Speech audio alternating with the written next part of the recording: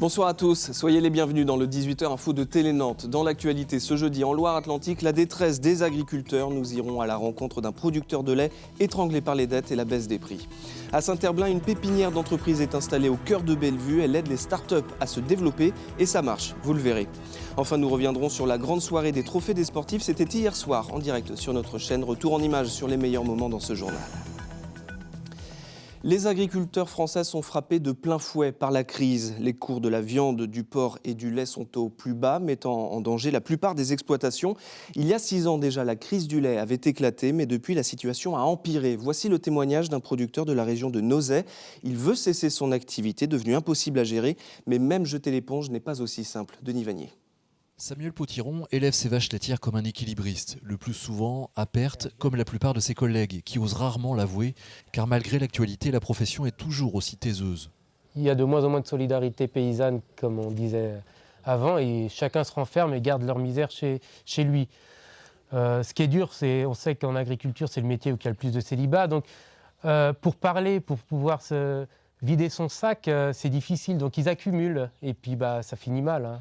Ils craquent au bout d'un moment. Son voisin agriculteur a craqué l'an dernier. Son suicide a fait réfléchir Samuel. On se dit à un moment, ça va trop loin, quoi. Donc moi, j'ai pas envie d'en arriver jusque-là et je préfère prendre les devants. Et c'est pour ça que j'ai décidé de vendre. J'ai des prêts encore. Si je vends pas ma ferme, je peux pas rembourser les prêts. Donc je suis obligé de continuer. Hein, c'est devenu une prison, ma ferme. Il faut que je sois courageux pour me lever le matin, pour aller faire mon boulot, parce que c'est devenu une prison.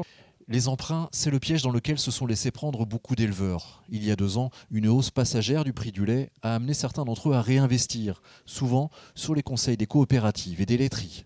Tant qu'ils ne manqueront pas de lait, on sera sacrifiés comme ça. Et les agriculteurs beaucoup croient qu'en produisant plus, ils vont se sauver. Et non, en produisant plus, ils se mettent encore plus la tête sous l'eau, quoi. Pour refaire surface, il faudra attendre la prochaine hausse du prix du lait, passagère peut-être.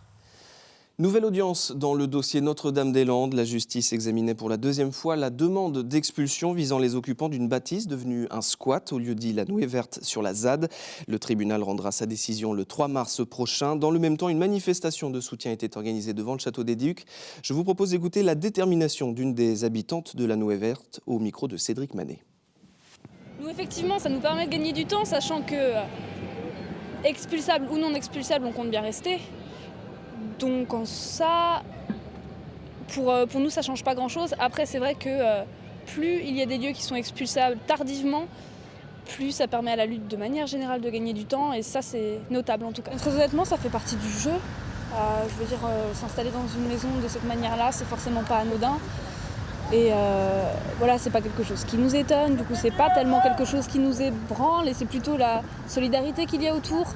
Pas uniquement de ce procès, mais de la lutte en général. On l'a vu avec la manifestation du 9, avec tout ce qui s'est passé autour du procès des habitants historiques. Voilà, c'est plutôt ça qui nous galvanise. Le reste fait partie du jeu. À Saint-Herblain, en 2014, un ancien centre commercial a été transformé en pépinière d'entreprise au cœur du quartier Bellevue. Une zone franche urbaine a été créée, synonyme notamment d'exonération de charges fiscales. Grâce à ce coup de pouce, de très jeunes sociétés se développent sur place et pour certaines de ces entreprises, ça marche très fort. Illustration avec ce reportage de Frédéric Lossan. Au menu aujourd'hui, de la moussaka ou du cabillaud, et puis en dessert, une charlotte au chocolat et des œufs au lait. Nous sommes dans un restaurant proche du Zénith à Saint-Herblain. Ici, on ne cuisine pas, on réchauffe, car les plats sont préparés ailleurs, dans une cuisine installée au cœur du quartier Bellevue. Tout est produit ici et distribué vers nos 5 restaurants en France. On produit actuellement 1000 bocaux par jour. Donc du coup, c'est beaucoup de production, donc de 6h du matin jusqu'à 17-18 heures. Cette start-up de la restauration est en plein essor. Après l'ouest et le nord de la France, elle va s'installer à Boston, aux États-Unis. Tout a commencé en 2011 en centre-ville de Nantes. Très vite, les 2 créateurs de Peps Restaurant se sont retrouvés à l'étroit. Il y a 1 an, ils ont donc rejoint la zone franche urbaine de Bellevue, à Saint-Herblain. Ici, il y a de la place, les mètres carrés sont plus abordables et il y a des avantages fiscaux. Nous ne payons pas d'impôts sur les sociétés, de taxes foncières et autres impôts qui peuvent empêcher le développement d'une jeune entreprise. C'est quelque chose de précieux et qui nous a permis aussi de créer de l'emploi. On a pu recruter un chef de cuisine.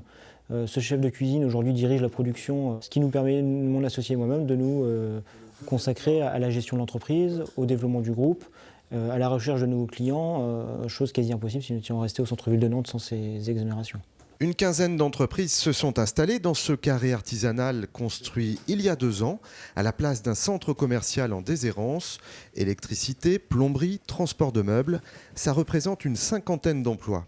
Malgré le succès de la zone franche, il y a 2 ombres au tableau. Les aides fiscales restent difficiles à mettre en place concrètement. Et puis sur le volet social, les entreprises peinent à recruter sur place. La faute à un manque de candidats qualifiés dans ce quartier prioritaire. En ce moment, à Nantes est organisé le salon Biogaz, un salon européen consacré aux professionnels de la méthanisation. En Loire-Atlantique, quelques agriculteurs ont opté pour cette production d'énergie par décomposition de la matière organique. Exemple avec un producteur de spiruline, un complément alimentaire. Il répond aux questions de Cédric Manet. Je suis éleveur de bovins à Saint-Étienne-de-Mer-Morte. On produit du lait et de la viande et on cherchait une nouvelle activité liée aux énergies renouvelables puisqu'on avait déjà fait beaucoup de photovoltaïque et donc la méthanisation s'est imposée. Le fumier de l'activité qu'on envoie dans la méthanisation dégage de la chaleur et cette chaleur, il faut l'utiliser. Et c'est pour ça qu'on produit de la spiruline qui, elle, a besoin d'une température très importante. Sans varier les activités, ça serait très difficile de s'en sortir aujourd'hui.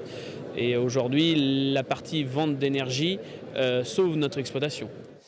Plus que 4 jours avant la fin du mercato d'hiver en France pour les clubs de football. Pendant cette bourse aux joueurs, Lucado a quitté le navire du FC Nantes. Le Belge Guillaume Gillet est arrivé et la direction du club espère faire signer au moins un joueur supplémentaire d'ici le 1er février minuit. Mais les solutions ne sont pas légion. Michel Derzakarian craint-il de ne pas pouvoir renforcer l'équipe? Voici sa réponse. Oh, elle n'est pas inquiet. Pourquoi je vais être inquiet? Après, il y a des opportunités que tu peux faire, il y en a d'autres que tu ne peux pas faire. C'est toujours pareil.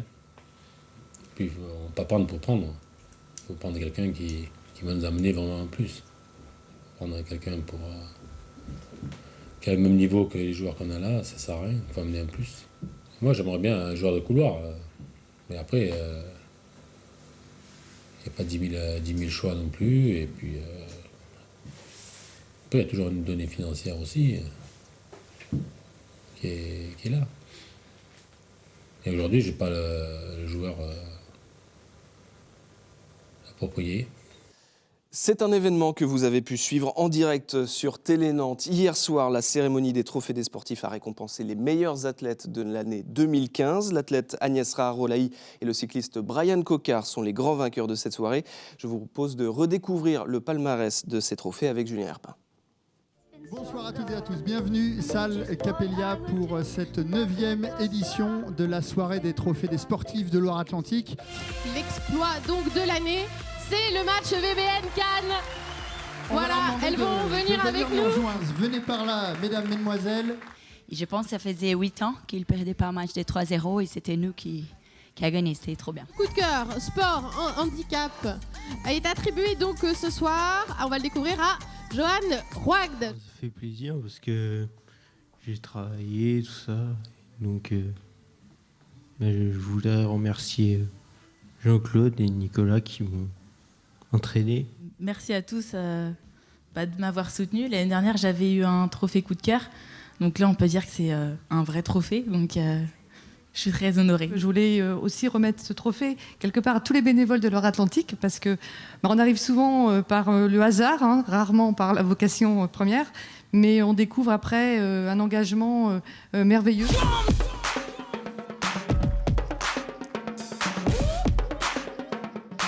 Alors qui va succéder à Loïc Perron pour ce trophée du sportif de l'année? Brian Coquard.